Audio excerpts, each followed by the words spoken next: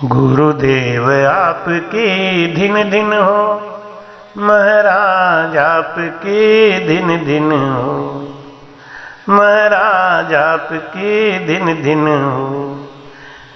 पेट भरन के कारण भरम उठायो कां, साहिब तो सुख राम कहें है सब ही के माय।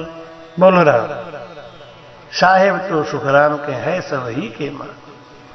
कौन बिना ब्रह्म के है? चींटी से लेके हाथी तक, देवताओं से लेके असुरों तक, सब के अंदर वही ब्रह्म समाया हुआ है। वही ब्रह्म देवता है, वही ब्रह्म असुर है, वही ब्रह्म मारता है और वही ब्रह्म मरता है। हर का किया देव ये परगट पांचू जो, ये शरीर किसने बनाया है? हर का किया देव ये परगट पांचू। तन देवल सुख राम कहें राम बनायो सोई। महाराज कहते हैं ये जो शरीर है ना, इसको परमात्मा ने अपने हाथों से बनाया है, इसको किसी मिस्त्री ने नहीं बनाया। तो ये सबसे बड़ा देवल तो ये है। महाराज कहते हैं ना, तन देवल बीच आत्म देवा, निर्गुण भक्ति भजन है भेवा। राम बनाया देवरता में मिलिया देव। ये भगवान ने घर अपने लिए बनाया। आदमी भी घर अपने लिए बनाता है, वो उसमें वही रहता है। ऐसे ही परमात्मा ने ये इंसान रूपी देवल बनाया और उसमें वो खुद आराम कर रहा है। तो सुन जो सब सुख राम कहें या की कर लो से। शरीर की तो सेवा करता नहीं, माता पिता की सेवा करता नहीं, गुरु की सेवा करता नहीं, अपने ही शरीर की सेवा नहीं करता। अरे पहले अपने तन देवल बिच, कहता तो यही नहीं, तन देवल है तो पहले अपने देवल की रक्षा करो, यानी निरोगी बनो, खान पान को सही करो। क्या खाना है, कब खाना है, किसके साथ क्या नहीं खाना है, इसका हमको ज्ञान ही नहीं है और इसीलिए हम रोगी हो जाते हैं और इसीलिए अस्पतालों में जा जाके हम और दवाइयाँ खा के और भी गंदे होकर शरीर का नाश कर देते हैं। मन का किया देवरा मन ही थापो देव। अपने मन के हिसाब से कोई मस्जिद का डिजाइन बना लिया, कोई मंदिर का डिजाइन बना लिया, किसी में मूर्ति रख दी, किसी को हटा दिया और बस इसी में हम झगड़ा करने में लग गए। जबकि ज्ञान यही कहता है कि हर श्वास में बसा है सबको चलाने वाला, रमता है घट के भीतर चित्त को चुराने वाला। हर श्वास में बसा है सबको चलाने वाला। मंदिर में भी वही है, मस्जिद में रहने वाला। मंदिर में भी वही है, मस्जिद में रहने वाला। माला की हर कड़ी में तस्वीर में बसने वाला, हर श्वास में बसा है सबको चलाने वाला। भाई कह मन का किया देवरा मन ही थापो देव, बिन समझा सुख राम के भोला कर शीशी। जो भोला है, जिसको ज्ञान नहीं है, जो अज्ञानी है, वही मंदिर मस्जिद गुरुद्वारा और चर्च का चक्कर लगाता है और वो उनके लिए झगड़ा भी करता है। सत्य तो यही है कि दोनों भटके हुए हैं। भगवान तो खुद अपने अंदर है और हम उसकी हत्या कर देते हैं, उसको चाकू छुरा मारते हैं, उसको काफिर कहते हैं। ये हमारा कौन सा ज्ञान है? सब भटके हुए। इन भटके हुए काफिरों को कौन समझाएगा? काफिर वो नहीं है जो भगवान को नहीं मानता, काफिर वो है जो भगवान के द्वारा बनाए गए इस शरीर को नहीं मानता, इस चेतन की हत्या कर देता है, इस चेतन से दुश्मनी करता है, इस चेतन से ईर्ष्या करता है, उसका सब ज्ञान भजन सब बेकार है। जब हम मनुष्य होकर मनुष्य से नफरत करते हैं, मनुष्य होकर मनुष्य से ईर्ष्या करते हैं, किसके कारण? लोभ के कारण, मोह के कारण। अरे वो भी तो भगवान का रूप है, वो भी तो अल्लाह का ही रूप है ना। लेकिन नहीं, हमको हमारे मौलवियों ने, हमारे ज्ञानियों ने ऐसी शिक्षा दे दी, हमको आपस में ऐसा भिड़ा दिया, ऐसा भटका दिया कि हम एकदम भटक गए राह से और हम एक दूसरे के खून के प्यासे हो गए। सत्य तो ये है और बिल्कुल निर्णायक शक्ति यह है कि परमात्मा के द्वारा बनाया गया ये शरीर, इसमें परमात्मा का वास है। पत्थर और ईंटों का बना हुआ देवल वो इंसान ने बनाया है अपने मन के हिसाब से। मन का किया देवरा मन ही ठापो देव, और बिन समझा सुखराम के भोला कर शीश। इनके चक्कर में कोई मूर्ख आदमी पड़ता है तो साईं देवल मांडियो अजब अनुपम आए। भगवान ने शरीर बनाया भाई, आज तक खून का एक कतरा भी कोई इंसान नहीं बना पाया, एक भी श्वास मरे हुए के अंदर डाल नहीं सका। तामे सुन सुख राम कहे तीन लोक सब माए। कैसी कारीगरी करी है कि इस शरीर के अंदर सब गुण रख दिया। मन का किया देवरा यो मन पूजे जाए, तब लग सुन सुख राम कहे हर सु बेमुख हो। भाई कहे मन का किया देवरा यो मन पूजे जोए। हम लोग मंदिर बनाते हैं, मस्जिद बनाते हैं, गुरुद्वारा बनाते हैं, चर्च बनाते हैं और उसमें आकर्षण इसलिए भरते हैं कि लोगों का आना जाना हो। कोई सोना ज्यादा लगा देगा, कोई चांदी ज्यादा लगा देगा, कुछ न कुछ वहां पे ऐसा विलक्षण जानबूझ के किया जाता है जिससे लोग आकर्षित होकर उनमें जाएं और वहां अपनी आस्था को बढ़ाएं। आस्था को बढ़ाना है तो ज्ञान से बढ़ाइए और अपने शरीर में बढ़ाइए।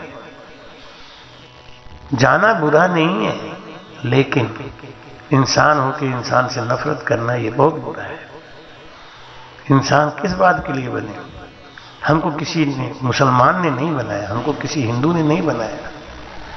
हम बाहर निकले ज्ञान से बेमुख है, ईश्वर से बेमुख है, वही हमारी खतना नहीं है। तो हम हिंदू हर का किया देव, थोड़ा सा और बड़े में उन्हीं देव, जिनका खतना हो गया वो तो मुसलमान कर लो, प्रत्यक्ष वो तो अलग है। अगर ज्ञानी हो, लेकिन जो वो हिंदू भाई, उसमें लोगों ने पूजा पद्धति को बदल के अपने आप को ईसाई घोषित कर दिया और सिख घोषित कर दिया, जैन घोषित कर दिया। झूठ संख्यों उतरोगे पार।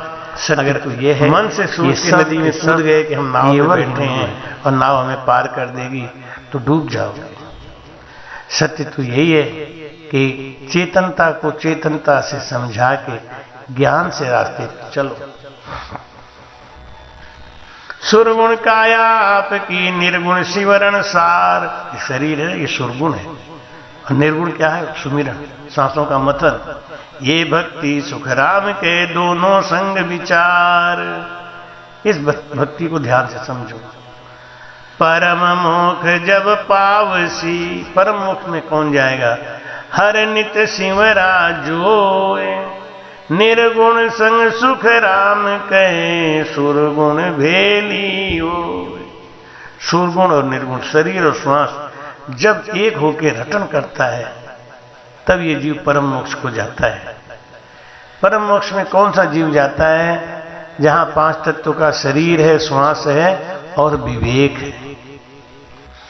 देवताओं के अंदर पांच तत्वों का शरीर नहीं है, लेकिन श्वास और विवेक है, इसलिए वो मोक्ष को जाने के अधिकारी नहीं है। पशुओं में, पक्षियों में पांच तत्वों का शरीर है, श्वास है, लेकिन विवेक नहीं है, इसलिए वो मोक्ष जाने के अधिकारी नहीं है। मनुष्य में पांच तत्व का शरीर है, श्वास है और जो सत्संगी है उनमें विवेक जगा हुआ है। बाकी वो भी परम मोक्ष को नहीं जा सकते। मौका तो था, जब भगवान ने इंसान बनाया तो उसके अंदर सारे गुण रखना शुरू कर दिए। देवताओं ने कहा कि प्रभु आप मेरे लिए भी तो कुछ छोड़िए, हम शासन किस पे करेंगे? सारे मानव को अगर आपने दिव्य ज्ञान दे दिया, विवेक भी दे दिया, तो ये परम मोक्ष को चला जाएगा। शरीर है, श्वास है और विवेक भी आप दे दोगे तो ये परम मोक्ष को चला जाएगा। फिर हम क्या करेंगे? तो भगवान ने गुप्त कर दिया और विवेक को छुपा दिया, इंसानों के ऊपर छोड़ दिया कि अगर तुम सच्चे इंसान हो तो विवेक को खोजो। विवेक मिल होगा कहां से? बिनु सत संग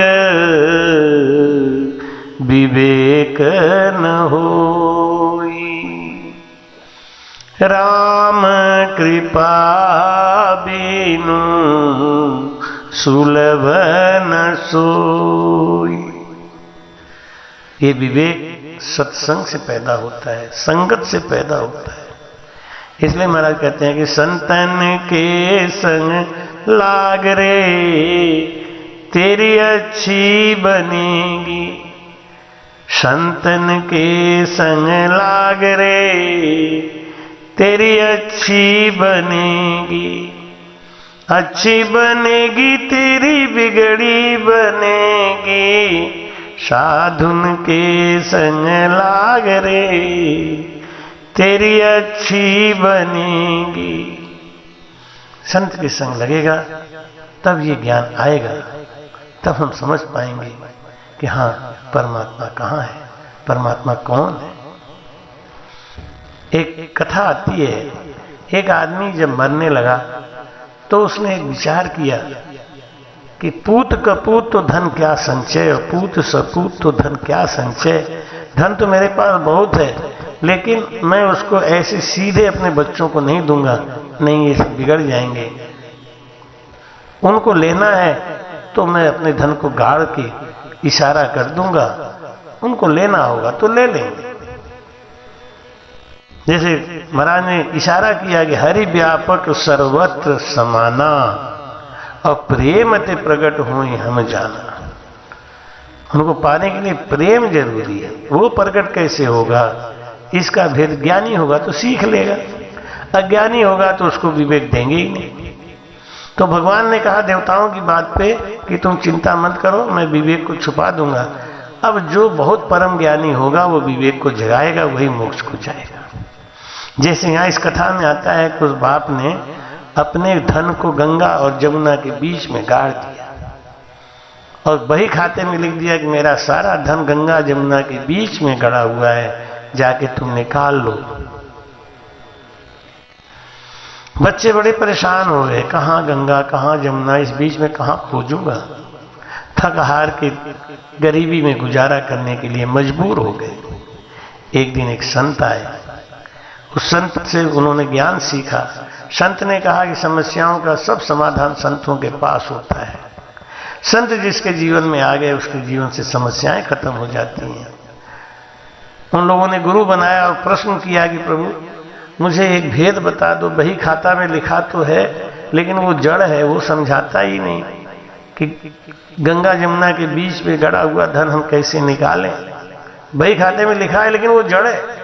चेतन को चेतन समझा सकता है, अकल जुगाड़ तो चेतन बता सकता है।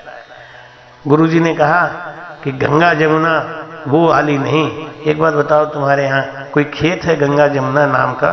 कि नहीं महाराज ऐसा तो नहीं है। कि कोई कमरा है, एक कमरा का नाम गंगा और एक कमरे का नाम जमुना हो, ऐसा तो नहीं? कि नहीं। इतने में लड़का बोला कि गुरुजी मेरे घर में 2 गाय रहती थी पहले, एक गंगा एक जमुना। गुरुजी ने कहा अच्छा ये बात पहले क्यों नहीं बताया? तो चल बता गंगा जमुना वो चारा कहाँ खाती थी? वो ले गए गौशाला में, दिखाया कि देखो इस जगह तो गंगा जमुना गंगा खाती थी चारा और इस जगह जमुना खाती थी। दोनों के जो नाद के बीच है, महाराज जी ने कहा यहाँ फावड़ा मार, यहीं जमीन में गड़ा है, धन निकल जाएगा। और जैसे ही फावड़ा मारा पूरा धन बाहर आ गया। विवेक आते ही हमारा गड़ा हुआ धन हमको मिल गया। धन तो था लेकिन हम गरीब थे। ऐसे ही परमात्मा हमारे अंदर है लेकिन हम दुखी हैं, भटक रहे हैं। क्यों भटक रहे हैं? क्योंकि ज्ञान ही नहीं है। परम मोख जब पावसी हर नित सिमरा जोर, निर्गुण संग सुखराम के सुरगुण भेली। सुरगुण सुन ममंकार है, निर्गुण एह पिछाण, निरंकार सुख राम के मुख बिन बोले बाण। जब हम राम राम राम राम करते हैं, ये सुरगुण सेवा है। और जब त्रिकुटी के बाद ररंकार धुनी चलती है, वो जो धुनी चलती है वो निर्गुण सेवा है। तो जब लग सुरगुण सेव है, मुख से सुमरे को, निर्गुण तो सुख राम कहे बिन रसना सो। जब तक मुख से सेवा करता है, मुख से राम राम करता है, सुरगुण सेवा है। और जब उसका ध्यान लग जाता है, होंठ कंठ सुख राम के गढ़ चढ़िया बंद हुए, जब वो बंद हो जाता है तब निर्गुण सेवा होता है।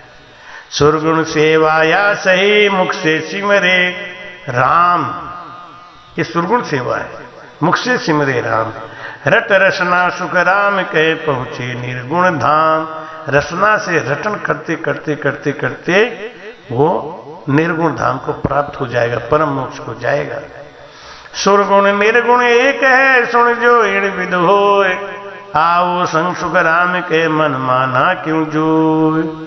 मन माने, मनमुखी मत बनो, गुरुमुखी बनो, शास्त्रों के ज्ञान को सुनो, समझो और मानो। बाहर पूजो देवराया, सुरगुण नहीं हो। बाहर की पूजा पाठ ये सुरगुण नहीं है। राम राम राम राम कहते हैं, ये सुरगुण है। भार मोहया सुख राम कहे, नकल बनाई जो नकल बना बना के, फोटो बना बना के उनकी पूजा करते हैं, महाराज कहते हैं संसार में बहका हुआ है, भटका हुआ है। परघट हेला देत हूँ, सुन जो सब नर आए, भक्ति तो सुख राम कहे है दोनों तन मां। सदगुरु सुखराम जी महाराज ने धन्य हो, भक्ति तो सुखराम के है दोनों तन। मुख से राम राम कहता है सुरगुण सेवा, सांसों में रटना में करता है जब निरंकार ध्वनि, वो निर्गुण सेवा। इसलिए महाराज समझाते हैं कि सुरगुण और निर्गुण के नाम पे खून बहाना बंद करो। सुरगुण और निर्गुण के नाम पे, धर्म और जाति के आधार पे खून बहाना बंद करो, भक्ति करो और परमात्मा के भक्त बन के अपने नर्तन को सफल बना के इस संसार से विदा हो लो। एक दिन बिक जाएगा माटी के मूल, जग में रह जाएंगे प्यारे तेरे बोल। दूजे के होठों को देकर अपने गीत, एक दिन बिक जाएगा माटी के मूल, जग में रह जाएंगे प्यारे तेरे बोल। इसलिए संसार में आए हो तो कुछ ऐसा काम करो कि ये भक्ति के नाम पे लड़ो मत और लड़ाओ मत। हर इंसान को जीने का हक दो। तुम्हारा जो भी धर्म है अपने धर्म में रहो, लेकिन दूसरे के ऊपर अतिक्रमण मत करो। दूसरे को अपने में मिला के, उसको भटका के आप बहुत बड़ा पाप करेंगे। उस पाप से बचे और भजन में लगे। राम जी राम महाराज। कृपया चैनल को सब्सक्राइब करना ना भूलें। राम राम।